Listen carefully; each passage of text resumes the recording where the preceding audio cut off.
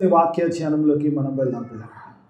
మమ్మల్ని అతిగా ప్రేమించు మా పరలోకపు తండ్రి, ముఖ్యాంశమైన దేవా, నీ వాక్య ధ్యానంలోకి వస్తుండగా ఎన్నిక లేని వాడిని నీ దైవదాసుడిగా నిలబడుండగా మీనైనా మీ ఆత్మతో అభిషేకించండి నాయన. కేవలము పరిశుద్ధాత్ముడికి స్వరం ఇచ్చేవాడిగా నన్ను పెట్టుకోమని దేవవాక్యముతో నాతో మాతో మాట్లాడి మమ్మల్ని అందరినీ బలపరిచి నాయన స్థిరపరిచి ఈ స్థలం నుంచి పంపించమని యేసయ్య అతి పరిశుద్ధ నామమున అడిగి వేడుకుంటున్నాను తండ్రి, ఆమేన్. హల్లెలూయా.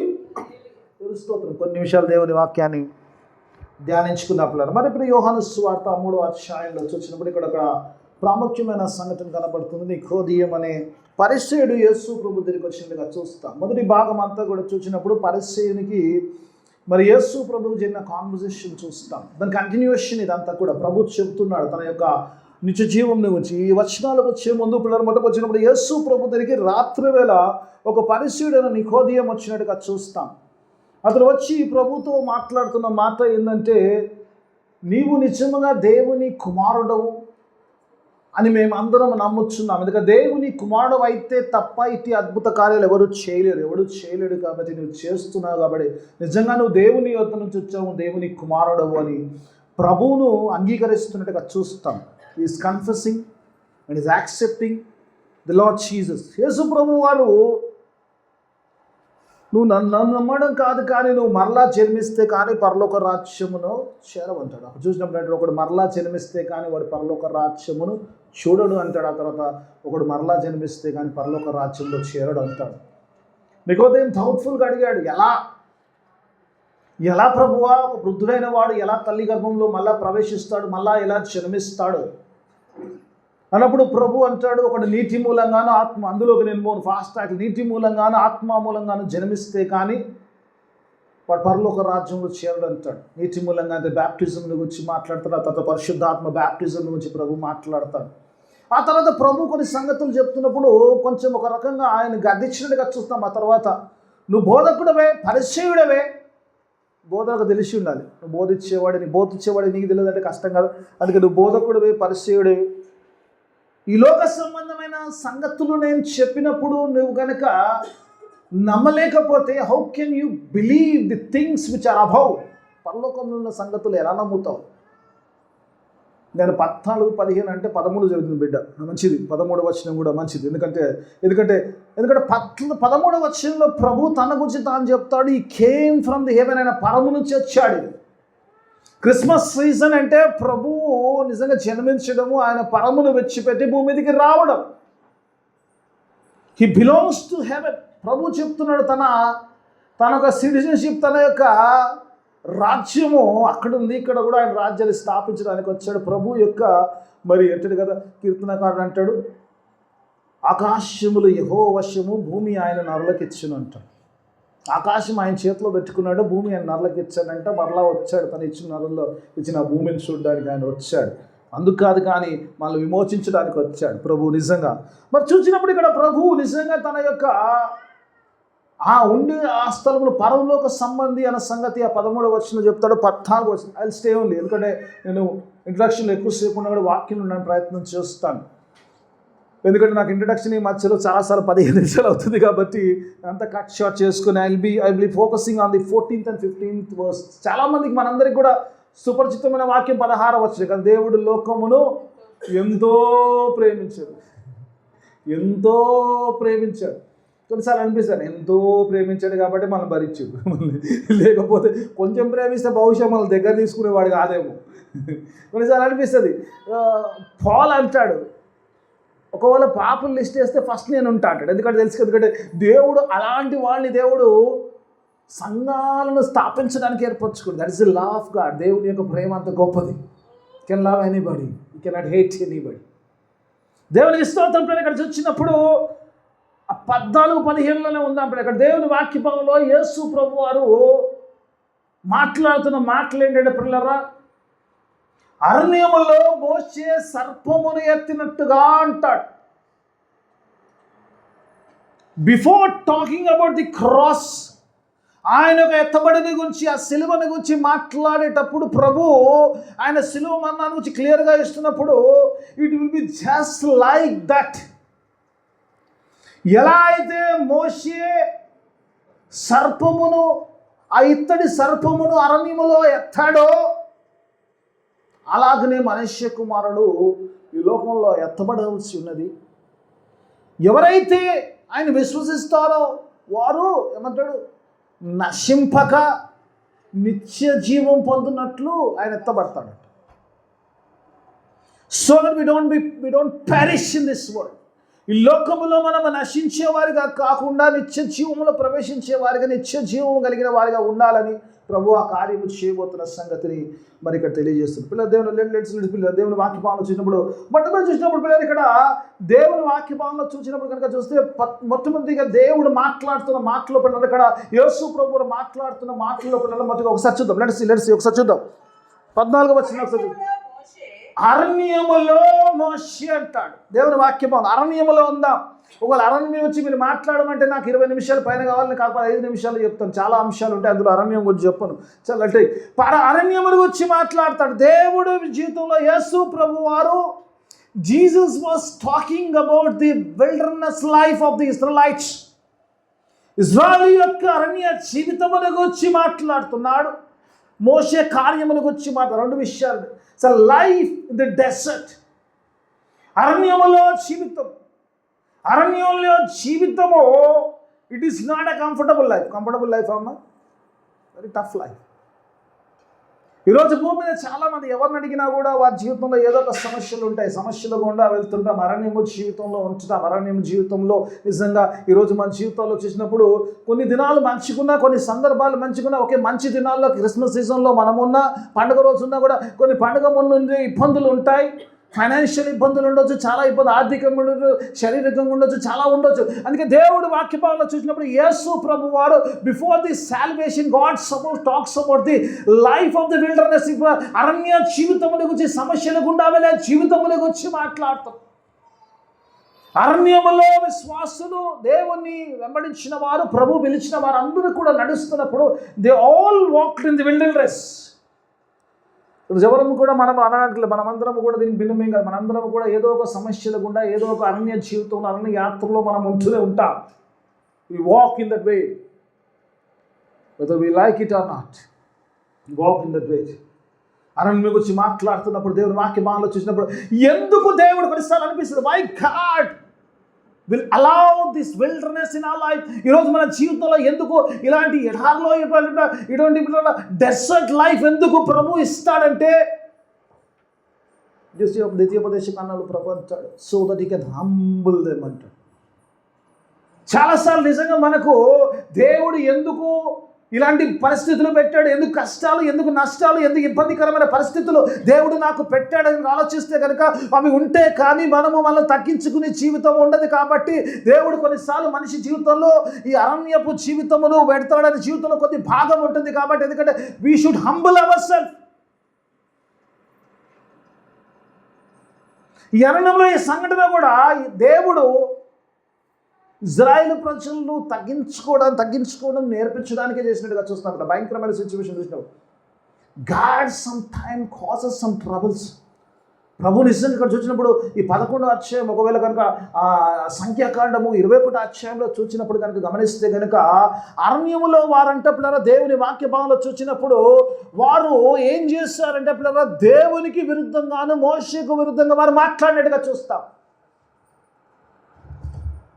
దేవునికి విరుద్ధమైన జీవితం చాలాసార్లు అరణ్యంలో ఉంటున్నప్పుడు అక్కడ అంటాడు నిజంగా 4వ వచనం నుంచి 8 వరకు గమనిస్తే కనుక మీరు చదువుకోండి. అక్కడ గమనిస్తే అంటాడు ది వే దే గోయింగ్, అక్కడ వాళ్ళు పడుతున్న మార్గముల గురించి, అరణ్య మార్గములో వారు వెళ్తున్నప్పుడు, ఆ మార్గములో ఉంటున్నప్పుడు అరణ్య మార్గంలో they got fed up.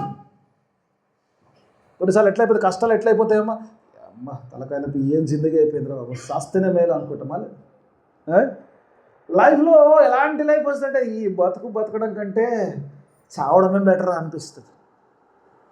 Even Israelites got fed up. వారి అరణ్య జీవితంలో ఆ యాత్రను చూస్తున్నప్పుడు, ఆ మార్గంలో వెళ్తున్నప్పుడు ఎటు పోతున్నా తెలియదు. 40 సంవత్సరాలు, ఒక రోజు కాదు, 2 రోజులు కాదు, ఏమమ్మా మామూలు అరణ్య జీవితం కాదనుకుంటుంది. 40 సంవత్సరాల అరణ్య జీవితంలో వారు వెళ్తున్నప్పుడు వాళ్ళు విసిగిపోయారంట. నిజంగా ఈ అరణ్య యాత్రలో అప్పుడు తిట్టడానికి కారణాలు కాదు కదా, కొన్నిసార్లు దేవుని తిట్టడానికి కదా, ఇక్కడ అన్నం లేదు, నీళ్ళు లేవు, అన్నం లేదు, నీళ్ళు లేవు, ఏదో ఈ సన్నది ఏదంటే లైట్ ఫుడ్ అంట, ఖాళీ టిఫిన్ ఇచ్చింది దేవుడు బతికిస్తుంది. మంచి ఫుడ్ లేదు, సాలడ్ ఏదో తింటారు, టిఫిన్ పెడితే కొంచెం కష్టమే కదా. అన్నం ఎవరైతే బ్రేక్ఫాస్ట్ అన్నం చేస్తారో వాళ్ళు టిఫిన్లు తినాలంటే కష్టం పడుతుంది వాళ్ళకి కదా, చాలా కష్టం పడుతుంది. ఎంత బ్యూటిఫుల్ టిఫిన్ అన్నా చెయ్యి, అంత పడితే కానీ రైస్ కడుపు నిండినట్టు ఉండదు. అందుకే ఇక్కడ చూడు, వీళ్ళు మన్నా తిన్నారు కానీ కడుపు నిండలేదు ఇంకా, ఎందుకంటే they were use to eat solid foods, ఇంకా లైట్ ఫుడ్ దేవుడు అంత లైట్గా ఇచ్చాడు, బ్రతకడానికి చాలరా బాబు అన్నట్టుగా ఇస్తున్నప్పుడు ఈ మన్నా ఏంటో, వాట్ ఈస్ దిస్, మన్నా అంటే వాట్ ఈస్ దిస్ అంట, ఇదేంటి అని అర్థం. అలాంటి తింటున్నప్పుడు ఆ పరలోకపు ఆహారంతో దేవుడు పోషిస్తున్నా కూడా దే వర్ నాట్ హ్యాపీ.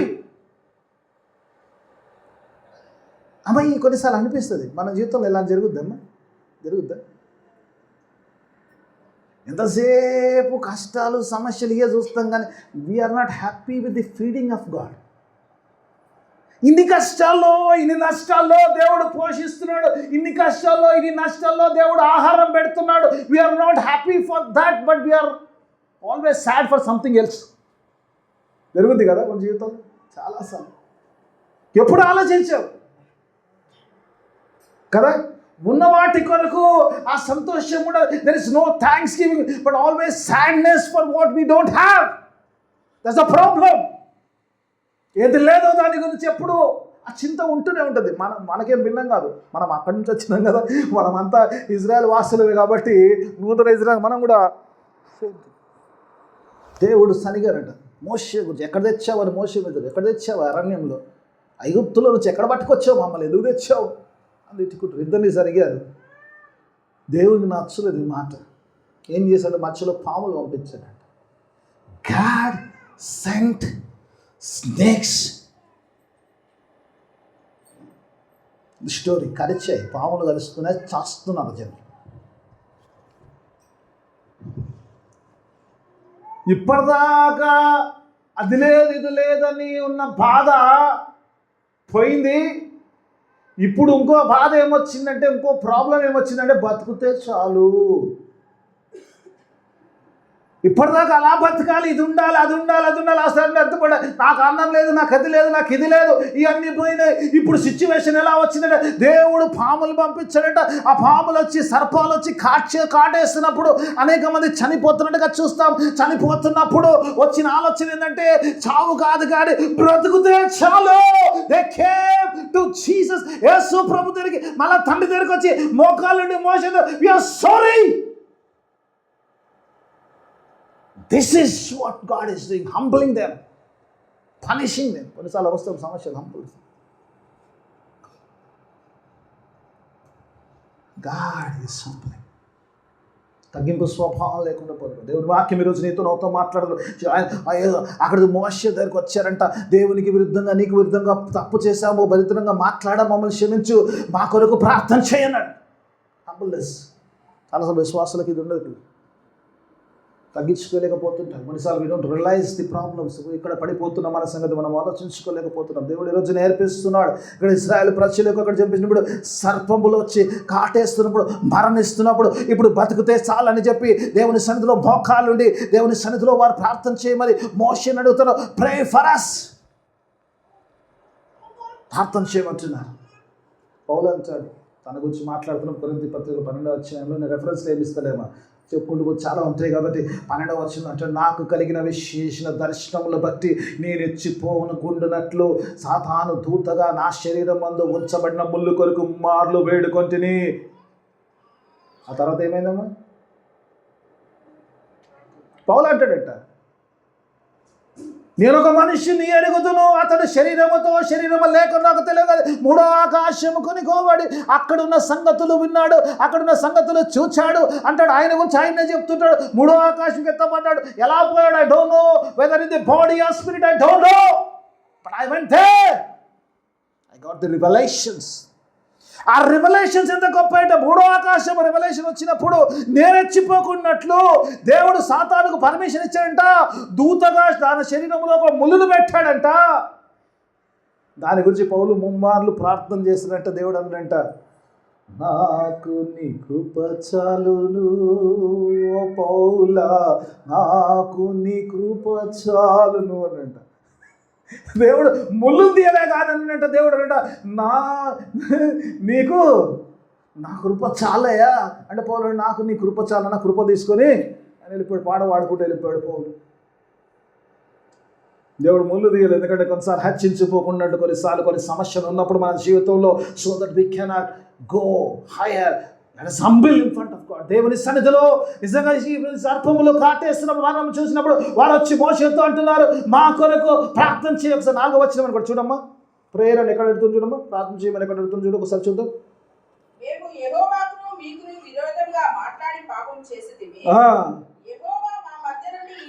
ఏమంటున్నావా? ప్రార్థన చేయమన్నారు. ఓకే ఫైన్, మోషేతో చెప్తున్నా, pray for us, pray for us, pray for us. చాలాసార్లు ప్రార్థన చెప్తుండ్రు. ప్రార్థన చేయమంటే ఉత్తమ ప్రార్థన చేయమంటే ప్రార్థన ఒక స్పెసిఫిక్గా చెప్తున్నారు. ఏమంటే మా మధ్యలో నుంచి ఈ సర్పములు తొలగించినట్లు ఆయనను వేడుకను. ప్రే రిక్వెస్ట్ ఏందమ్మా?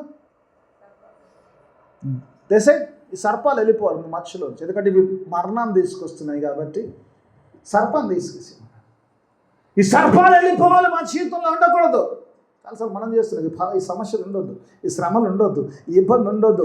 I should have a cake walk, sweet walk, all good things. తీసేయమని ప్రార్థన చేస్తారు.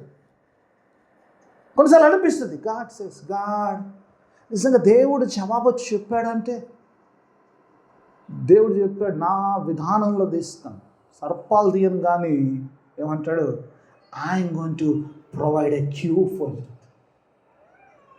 దేవుడు సర్పాలు తీసేస్తానట్టుగా అక్కడ తీసేసినట్టుగా వాక్యం చెప్పదు. కానీ ఏమంటాడు, మోషేతో అంటాడు, ఒక ఇత్తడి సర్పమును చేయి. ఆ సర్పమును ఎత్తి పెట్టినప్పుడు ఆ సర్పమును చూచినవాడు, ఎవడైనా పాము కాటు గురి ఎదినప్పుడు ఆ సర్పమును చూచినప్పుడు, ఇత్తడి సర్పము చూసినప్పుడు వాడు బ్రతుకును. God said, God does not take away serpents. ఆ సర్పాలను తీసేయలేక దేవుడు వచ్చిన ఒక రెమెడీ ఇచ్చాడు. ఏంటంటే నువ్వు వాటిని చూసినప్పుడు బ్రతుకుతావు రా బాబు, నువ్వు చూస్తే బ్రతుకుతావు కాబట్టి మోషతో చెప్పాడంట. కొన్నిసార్లు చాలాసార్లు జరుగుతుంది కదా మన జీవితంలో. మనం ప్రార్థన చేస్తాము, దేవుడు జవాబు ఇస్తాడు, కానీ ఇంకో విధానంగా ఇస్తాడు. Not the way we want కదా చాలాసార్లు. సరే, కొన్నిసార్లు ఏంటంటే ఒక టఫ్ సిచ్యువేషన్లోకి వెళ్తాం, మనం అనుకున్నట్టు కాకుండా వేరే విధంగా బయటకు వెళ్ళినప్పుడు అంటాడు, సర్లే ఏదో బయట వెళ్ళినాంలే, దేవుడు ఏదో చేసిండు ఇట్లా అనుకున్నా, కానీ సర్లే ఏదో పర్లేదు, ఇదేదో బెటరే, దానికంటే ఇది బెటరే. God gave a cure. దేవుడు అక్కడ చూస్తున్నాడు ఎలా స్వస్థత పొందాలో. ఆ సర్ప కాటములో నుంచి, ఆ మరణములో నుంచి బయటికి రావాలంటే you have to look towards the serpent. చూడమంటున్నాను, దేవుడు అలా ప్రొవైడ్ చేస్తాడు. ఇప్పుడు నిజంగా ఈ వాక్యం చదువుతున్నప్పుడు ఆస్కింగ్, నిజంగా నేను డిస్కస్ చేస్తున్నా, మా వైఫ్తో డిస్కస్ చేస్తున్నప్పుడు అంటున్నప్పుడు, సర్పం చూసి బతికేదేంది అసోకేట్ కదమ్మా. దేవుడు నిజంగా అరణ్యంలో మోషేకి చెప్పాడు, బాబు ఒక సిలువ చేయి అనాలి కదా. మనమైతే ఏమంటుంటామమ్మా, దేవుని సలహా ఇయ్యారు, బాబు నేను వీళ్ళు బతికించాలనుకుంటున్నా, వీళ్ళు పాము కాటు చనిపోయారు, ఇలా కూడా ఎత్తి పెట్టాలి కాబట్టి ఏమి ఎత్తి పెట్టాలంటే ఆ క్రాస్ అయ్యా, ఇంకేముంది అంతకంటే ఏముంది, నా మెడలో క్రాస్, నా ఇంటి మీద క్రాస్, నా ఒంటి మీద క్రాస్, అన్నిట్లో క్రాస్ కాదు, పుట్టే క్రాస్ దేర్ అలా లేదా. మరి పామును చూసి బతకడం ఏంటండి కదా, అవునా కదా. కొంచెం విచిత్రంగా అనిపిస్తలేదు, కొన్నిసార్లు అనిపిస్తుంది. God has a wonderful. కొన్నిసార్లు దేవుడు చేసే విషయాలు ఎంత క్రేజీగా ఉంటుందంటే మానవుని ఆలోచనకు తలగదు. కొన్నిసార్లు చేస్తే నేను చాలాసేపు స్పెండ్ ఎందుకు చేశాను, ఎందుకు దేవో నీవెన్ I had doubt why serpent. ఏదో పెట్టొచ్చు కదా, ఓ పావురం పెట్టొచ్చు కదా, ఓ శిలో పెట్టొచ్చు కదా, నీ సంబంధించిన అన్ని పెట్టొచ్చు కదా, పరిశుద్ధాత్మ వెలుగు పెట్టొచ్చు కదా, ఇంకేదైనా పెట్టొచ్చు కదా ప్రభువా, why this serpent. Asking God, even ప్రార్థనగా అడుగుతున్నాను దేవుని, ఎందుకు దేవా వై? బ్రతకాలంటే నిజంగా పామును చూడాలి. ఏ పాము అయితే కాటేస్తే చస్తున్నాడో ఆ పాము యొక్క రూపమును అక్కడ పెట్టి దాన్ని చూస్తే నువ్వు బ్రతుకుతావు అంటున్నాడు. కొంచెం లాజిక్ లేకుండా ఉంది కదా దేవుడు చెప్పిన మాట. ఒకసారి చూద్దాం రోమపత్రిక. లాజిక్ ఇస్తాను మీకు, లాజిక్ ఇస్తాను. దేవుడు నాకు ఇచ్చినది ఇస్తాను. I don't say that it's perfect, but God has given. ఒకసారి చూద్దాం 8వ అధ్యాయం 3వ వచనం చూద్దాం. అక్కడ చూద్దాం. అక్కడ కొంచెం I was asking God and God gave me some clarity. కొంచెం ఇచ్చాడు నాకు క్లారిటీ. నాకు అనిపించింది మేబీ శరీరమును అనుసరింపక ఆత్మను అనుసరించుకొని నడుచుకున్నట్టే మన యందు నెరవేర్చబడనని పాప పరిహార నిమిత్తము దేవుడు శ్రద్ధగా దేవుడు తన సొంత కుమారుణ్ణి ఏమంటున్నామా? జీసస్ బాడీ పాప నేచర్ ఆఫ్ ది సిన్ అంటే ఆయన శరీరము ధరించుకున్నప్పుడు ఆయన శరీరము పరిశుద్ధంగా కాదు కానీ పాప శరీరాకారమును ధరించుకున్నాడు. యేసయ్య ధరించుకున్న శరీరము మామూలు ఆకారము కాదు. Even though we are created in the God's image, that entire sin has entered into our life. మన జీవితంలోకి పాపం ఎంత ప్రవేశించిందంటే మనల్ని చూసినప్పుడు మనం పరిశుద్ధులు కాదు కానీ పాపుల్లా కనబడుతున్నాడు. దేవుడంతా తన సొంత కుమారుణ్ణి, is Holi and only sun, ఆ మైటీ సన్, ఆ గొప్ప దేవుణ్ణి, ఆ గొప్ప కుమారుణ్ణి పాప శరీరాకారములోకి ఆయనను పంపిస్తున్నాడు. హల్లెలూయా! God sending his son in the sinful nature. ఇప్పుడు పెట్టొచ్చు కదా, యేసు ప్రభువే ఆ పరిశుద్ధుడే పాప శరీరాకారము ధరించుకొని భూమి మీదకి వచ్చాడు. పాప శరీరాకారం. ఇప్పుడు అది ఏదైతేది కొన్నిసార్లు అనిపిస్తుందమ్మా. ఇప్పుడు మనం స్నేక్ అంటలకి సైతాన్ అన్ని మాట వింటున్నాయి కదా, పోయి కరువమంటే కరుస్తున్నాయి కదా. నీకంటే నాకంటే బెటరే కదా. అవునా కాదా? అవునా కాదా? Even the serpent is obeying God's word to bind them, to humble them. వారిని కరవడానికి, వారిలోకి మరణం తీసుకురావడానికి, వాళ్ళ మోకాళ్ళు వంగడానికి God is using the same serpents. నీకెంతో కనబడుతుండొచ్చు కదా. దేవుడు అంటున్నాడు, it is my creation, it is my creation. నా కుమారునికే పాప శరీరాకారములు ఇచ్చినప్పుడు ఇంకెక్కడ ఊహిస్తాడు. ఇంకోటి ఏమంటాడు దేవుడు యేసుప్రభువు ఎలాగైతే మోషే సర్పమును, ఇత్తడి సర్పమును అరణ్యంలో ఎత్తాడో అన్నాడా? ఎత్తాడన్నాడు. ఎత్తడం మీరు తెలుసామా? ఎత్తడం ఏందో తెలుసామా? ఎత్తడం ఏందో తెలుసా? ప్రభు ఇత్తడి సర్పమును గురించి మాట్లాడతాడు, తన సిలువను. ఎత్తడం ఏందో తెలుసామా? ఎత్తడము అంటే ఇట్స్ నథింగ్ బట్ క్రూసిఫికేషన్. అర్థమవుతుందా? ఇప్పుడు రోమపత్రిక చదువు తర్వాత అదే భాగం చదువు. పాప శరీరాకము ధరించుకొని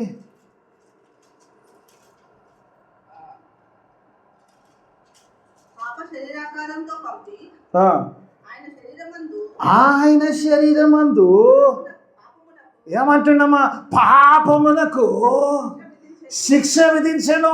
పాప శరీరాకారము ఎందుకు ఇచ్చాడు ప్రభు కంటే ఆ పాపానికి అక్కడ పనిష్మెంట్, అక్కడ క్రూసిఫికేషన్. ఏ పాపం అయితే మరణం తీసుకొచ్చిందో దాన్ని ఎత్తడం అంటే అక్కడ క్రూసిఫికేషన్, అక్కడ నీ పాపము అక్కడ పరిహరింపబడుతుంది. నీ పాపమునకు దేవుడు అక్కడ శిక్ష వేస్తాడు, ఎత్తబడుతుంది. ఎందుకంటే అంటుండు కదా, పాపాన్ని దేవుడు అక్కడ చంపాలనుకుంటున్నాడు. హల్లెలూయా! నీ కనపడొచ్చు అది పాపం వస్తువులే కనుక దేవుడు అంటాడు, God is killing your sin on that pole.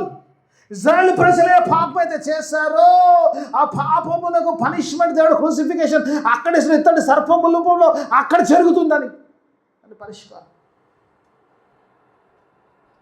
God is creating that. ఎత్తబడ్డం ఇట్స్ నథింగ్ బట్ క్రూసిఫికేషన్, శ్రమ. పాపాన్ని అక్కడ చంపేస్తున్నాడు దేవుడు. పాపం వల్ల వచ్చు జీతము.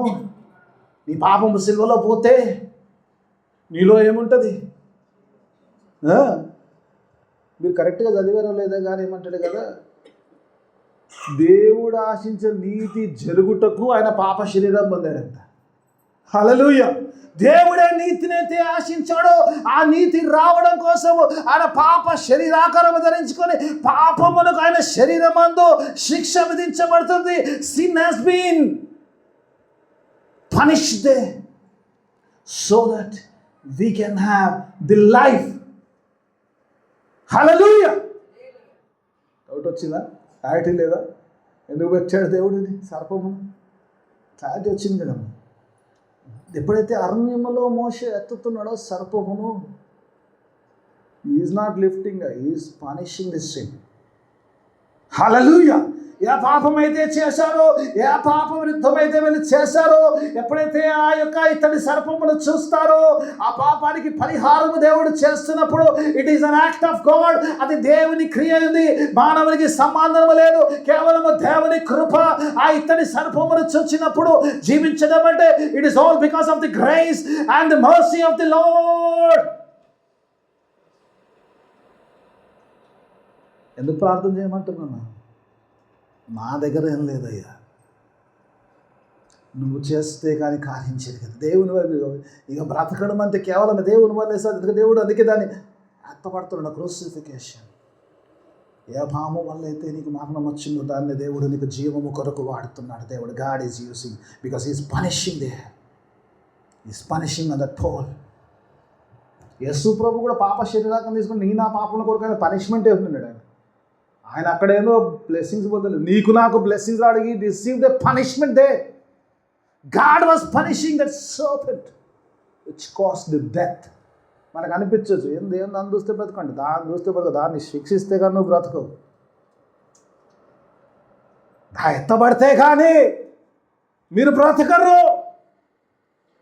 అది నాలో మనిషితమ్మ కాదు, కానీ it is my God's mercy. రెండో అంశంలోకి నేను వస్తాను. నా సమయం ఎక్కువైపోతే మీరు అలా అలా వేవ్ చేయండి, ఆపేస్తాను. Right okay, I don't know where I will stop, where I'm trying my best. రెండో మాటలు మాట్లాడుతున్నప్పుడు ఒకటి ఇత్తడి సర్పమును గురించి మాట్లాడతాడు, ఎత్తబడ్డం గురించి మాట్లాడతాడు, అరణ్యము మోషే గురించి మాట్లాడాడు. Okay right okay. రెండోది ప్రభు మాట్లాడుతున్నప్పుడు he talks about himself and the cross is going to do. కదమ్మా, సిలువను గురించి అలాగునే మనుష్య కుమారుడు, ఆయన మనుష్య కుమారుడు అంటాడు కదమ్మా. దేవుడు మనుష్య కుమారుడా దేవుని కుమారుడా? మరి ఆయన మనుష్య కుమారుడు ఆయనే చెప్తుండే, నువ్వు దేవుని కుమారుడు అంటే ఎట్టెత్తే తల్లి. ఆయనే చెప్తుండు మనుష్య కుమారుడు, అంతే కదా. మనుష్య కుమారుడు దేవుని కుమారుడు. మరి దేవుని కుమారుడు అని మీరంటారు. యేసయ్యా ఏసయ్యా ఏంది ఏసయ్యా, మనిషి కుమారుడు నీకు నువ్వు చెప్తున్నాండి, దేవుని కుమారుడు అని చెప్తున్నాను, నువ్వు తప్పు చేస్తున్నావు ఏసయ్యా. ఆయన దేవుని కుమారుడు, ఆయన మనిషి కుమారుడు. ఎందుకంటే దేవుని కుమారుడు ఆయన పరమును విడిచిపెట్టి వచ్చాడు కాబట్టి, మానవునిగా జన్మించాడు కాబట్టి, మన both are true. Is complete God and is complete human. మనిషి కుమారుడు అంటాడు ఎందుకంటే ఈ కార్యం మనిషి కుమారుడు మాత్రమే చేయగలుగుతాడు. ఎందుకు? పాప శరీరాకారం ధరించాలి కాబట్టి. దేవుని కుమారుడు ధరించలేడు. ఎందుకు తెలుసా అమ్మ? ఒక కారణం ఉంటుంది. ఏంటంటే పిల్లరా, మీకు ఈ మాట చాలా ఉంటుంది. దేవుడు మనల్ని విమోచించాడు సిలువ ద్వారా కదా, అందరూ ఒప్పుకుంటారు కదా. దేవుడు మనల్ని విమోచించాడు. దేవుడు ఎందుకు భూమి మీదకి మనిషిగా వచ్చాడు? క్రిస్మస్ ఎందుకు చేసుకుంటాం, దాని ముందు క్రూసిఫికేషన్ చూద్దాం. దేవుడు మనిషిగా ఎందుకు వచ్చాడు అంటే దానికి కారణం ఏంటంటే, according to Bible only kins redeemer can redeem us. తెలుసా అమ్మ? కిన్స్ రిడీమర్ అంటే ఐడియా ఉందా మీకు? ఇంగ్లీష్లో, తెలుగులో ఏమంటారు ఎగ్జాక్ట్ ఐ డోంట్ నో పదం. అంటే సొంత జనుడు నెక్స్ట్ వాళ్ళు రిడీమ్ చేయవచ్చు. బైబిల్ ప్రకారం ఏముంటుందంటే, ఒకవేళ నేను ఒకవేళ బానిసగా ఉండిపోతే, ఎవరికైనా బానిస అయితే నాకు నెక్స్ట్ ఎవరైతే క్లోజ్ రిలేటివ్ ఉంటాడో ఆయన నన్ను రిడీమ్ చేయొచ్చు, విమోచించవచ్చు. రూతు విషయంలో జరుగుతుంది. రూతు గ్రంథంలో కనబడుతుంది. ఇంకా చాలా జాగాలు ఉంటుంది కదా, రూతు గ్రంథంలో కనబడుతుంది. బోయాస్ ఉంటాడు. బోయాస్ ఎందుకు పెళ్లి చేసుకుంటాడంటే ఈ వాజ్ అ కిన్స్ రిడీమర్. తెలుగులో నాకు పదం లేదమ్మా, తెలియదమ్మా, చూడండి చెప్తారు కావాలంటే, చెప్పండి, చూసి చెప్పండి. తెలుగులో కిన్స్ రిడీమర్ అంటారు. ఎవరైతే సొంతవాడు ఉంటాడో, ఎవరైతే నెక్స్ట్ లైన్లో ఉంటారో వాళ్ళు మాత్రమే రిడీమ్ చేయాలి. అందుకే యేసు ప్రభు వారు ఈ లోకమునకు ఈ came as a kins redeemer to us. మీరు అడగొచ్చు ఎలా? సొంతవాడు మాత్రమే. రూతును ఏ రీతిగా అయితే బోయాజు పెళ్లి చేసుకున్నో, అలాగే సొంతవాడు అయితేనే నెక్స్ట్ ఉన్నవాడు, నెక్స్ట్ లైన్లో ఉన్నవాడు మనల్ని విమోచించగలుగుతాడు, విమోచిస్తాడు. విమోచించాలి, బాధ్యత అది. విమోచించాలి, బాధ్యత. Responsibility of the kins redeemer అంటారు. ఒకవేళ మనం బానిసత్వంలో ఉంటే మనం వెళ్ళాలి, ఆయన దగ్గరికి అడగాలి, బాబు నన్ను చేయాలంటే నువ్వే చేయాలి, నువ్వే కాబట్టి, నువ్వే నా క్లోజ్ రిలేటివ్ కాబట్టి యూ హ్యావ్ టు రిడీమ్ మీ. అడుగుతాం కదమ్మా ఎవరైనా అంటే. జనరల్గా ఎప్పుడు అడుగుతాం? రిడీమింగ్ అడగం, కానీ పెళ్ళిళ్ళప్పుడు అడుగుతాం కదా. మేనమావు ఏం పెడతాం? అబ్బా ఇది బాగుంది. మేనమామ అంటే ఖచ్చితంగా ఇది పెట్టాలంతే కదా. మేనమామకు రూల్స్ ఉంటాయి. ఏందయా ప్రత్యేకత అంటే మేనా ఉంది నీకు. ఉత్తమామ కాదు నువ్వు, మేనమామవు. గుర్తు చేస్తుంటే మరి మర్చిపోతారు అనుకోండి. మామూలు మామ కాదు నువ్వు, మేనమామవు ఖచ్చితంగా. Because you are the kins redeemer, you have some responsibility. దేవుని వాక్య భాగంలో ఎందుకు యేసు ప్రభు వారు నిజంగా ఇలా కిన్స్ రిడీమర్ అంటే, holy cannot redeem the sinful. భూమి మీదకి ఆయన ఎందుకు వచ్చాడంటే పిల్లరా, ఆయన పరిశుద్ధుడిగా ఉన్నప్పుడు, ఆయన పరములో ఉన్నప్పుడు పరిశుద్ధుడు. భూమి మీదకి ఆయన వచ్చినప్పుడు, భూమి మీదకి ఆయన వస్తే, ఆయన రిడీమర్గా రావాలంటే ఈ షుడ్ బికమ్ ఎ సిన్. నీలా నాలా మామూలుగా అయిపోవాలి, నీకు నాకు బంధువు అయిపోవాలి. నీకు నాకు యేసయ్యకున్న బంధుత్వం ఏంటంటే పాపమే. Only relation we have is sin కదా. ఎందుకు? ఇదిగో లోక పాపమును మోసుకొని పోవు దేవుని గొర్రెపిల్ల. ఆ లోక పాపంలో నా పాపం ఉంది కాబట్టి, నా పాపం మోసేవాడు నా కిన్స్మెన్, నా యేసయ్య ఉన్నాడు కాబట్టి, నా పాపం అంతా ఆయన తీసుకున్నప్పుడు నాకు పాపములోంచి, పాప బానిసత్వంలోంచి విడుదల ఇచ్చేవాడు. Is my kins redeemer. Is my kins redeemer. విడిపించవలసిన బంధువు అంట. అందుకే మనకి పాప బానిసత్వములో నుంచి విడిపించేవాడు, విడిపించవలసిన బంధువు. క్రీస్తు అనుగ్రహించిన ఈ స్వాతంత్రమును స్థిరముగా నిలిచి, మరలా పాపపు బానిసత్వము కాడి కింద చిక్కుకోకుండానట్లు జాగ్రత్తగా ఉండుడి. ఐ డోంట్ నో, నాకు ఇంగ్లీష్లో తెలుసు కానీ తర్జుమా చేశాను. I tried my best to translate it. లిటరల్గా ట్రాన్స్లేట్ చేశాను. కొద్దిగా పదాలు అటు ఇటు ఉంటే నేను క్షమించండి. దేవుని వాక్య భావంలో చూసినప్పుడు దేవుడు విమోచించడానికి, ఆయన పరిశుద్ధుడిగా, ఆయన పరలోకంలో ఉండి, ఆయన పరిశుద్ధిగా ఉండి నిన్ను నన్ను విమోచించాలంటే విమోచించడం సాధ్యం కాదు. He has to become a sin to redeem you out of your sinful life.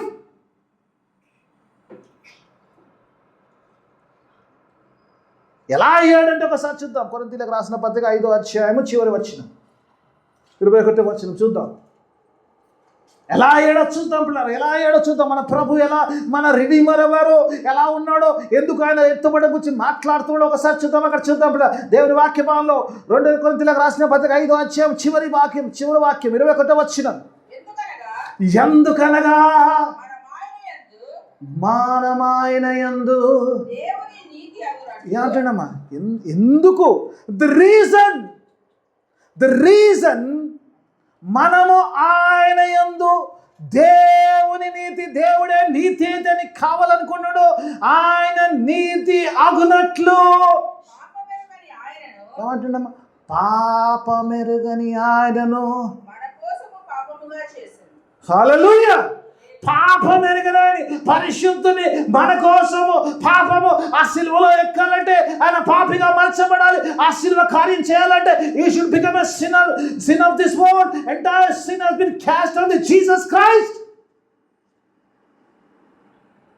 మన కోసం ఆయన పాపిగా మలచబడ్డాడు. నా పాపం పోవాలంటే ఆయన పాపి అవ్వాలి. నా పాపములు భరించాలి. నా పాపములు ఆయన ఎత్తుకోవాలి.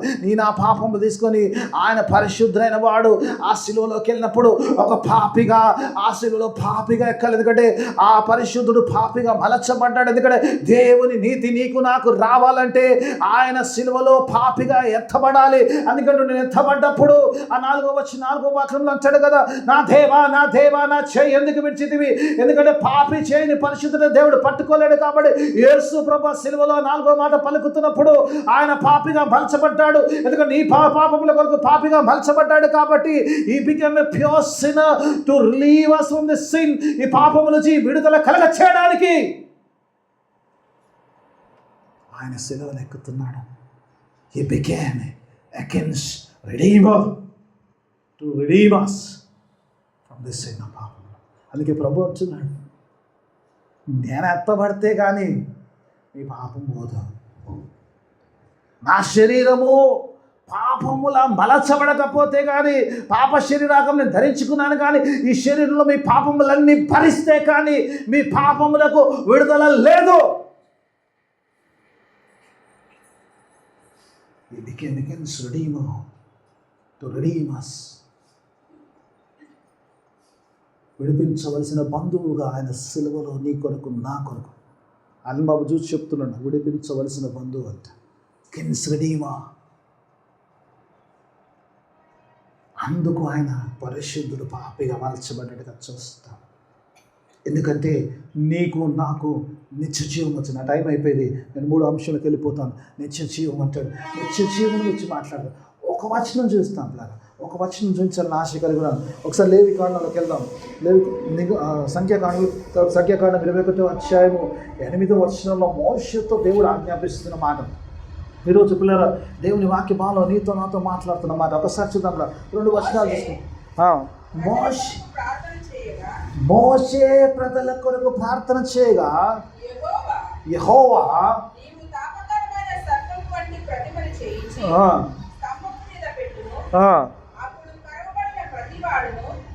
అప్పుడు కరవబడ ప్రతివాడును దాని వైపు చూచి బ్రతకునని ఇక్కడ దేవుడు వచ్చినాడు. To live you have to look towards God. బ్రతకాలనుకుంటే, నీలో నుంచి ఆ మరణము పోవాలనుకుంటే ఇజ్రాయేలుతో అంటున్నాడు, నువ్వు బ్రతకాలనుకుంటే నువ్వు ఆ యొక్క ఇతని సర్పం వైపు చూడాలి. You have to look up towards God. దేవుని వైపు నువ్వు చూడాలి. ఆ పైకి నువ్వు చూసినప్పుడు, చూడటం అంటే it is in the word of the God. ఆ యొక్క ఇత్తడి సర్పం లేదు కానీ it is in the word of the God. దేవుని మాటలో ఉంది. కాబట్టి దేవుని మాటలో ప్రకారం నువ్వు చేసినప్పుడు నువ్వు జీవిస్తావు. యేసు ప్రభు అంటాడు, మనుషుడు వల్ల కాదు కానీ దేవుడి నోటి నుంచి వచ్చే ప్రతి మాట వల్ల జీవించును. హల్లెలూయా. సర్పంలో ఏం లేదమ్మా, మాటలో ఉంది. God says look, you look, you will live. అదే అంటాడు యేసు ప్రభు. నువ్వు సిలువ వైపు చూస్తే బ్రతుకుతావు. చూడటం అంటే పిల్లరా ఇట్స్ ఆఫ్ ఫెయిత్. నా కొరకు నా ప్రభు భూమి మీదికి వచ్చాడు. ఆయన ఇమ్మానుయేలుగా జన్మించాడు. నా పాపములు భరించాడు. యేసు రక్తము ప్రతి పాపములు కడగడాడు. నా పాపములు కడగడానికైనా ప్రశస్త రక్తం చిందించాడు. నా కొరకు చనిపోయాడు. నా కొరకు తిరిగి లేచాడు. పునరుద్ధరణ యేసును నేను నమ్మడము. I am faith in God. ఒక వర్షం చెప్పుకుని ముగించుకుందాం. సమయం అయిపోయింది. ఒక వర్షం రోమపత్రిక 1వ అధ్యాయం 17వ వచనం చూద్దాం. ఒకసారి చూద్దాం. ఒక వచనం చూసుకొని ముగించుకుందాం. దేవుని వాక్య భావంలో ఒక వచనం చూసుకుందాం. రోమపత్రిక 1వ అధ్యాయం 17వ వచనం ఒకసారి వచనం చదువుకుందాం పిల్లలు. ఒకసారి తీసిన వారు చదవండి. త్వరగా చదువు ముగించేసుకోండి. ఎందుకనినా నీతిమంతుడు విశ్వాసము మూలంగాను జీవించినని రాయబడిన ప్రకారము విశ్వాసమూలముగా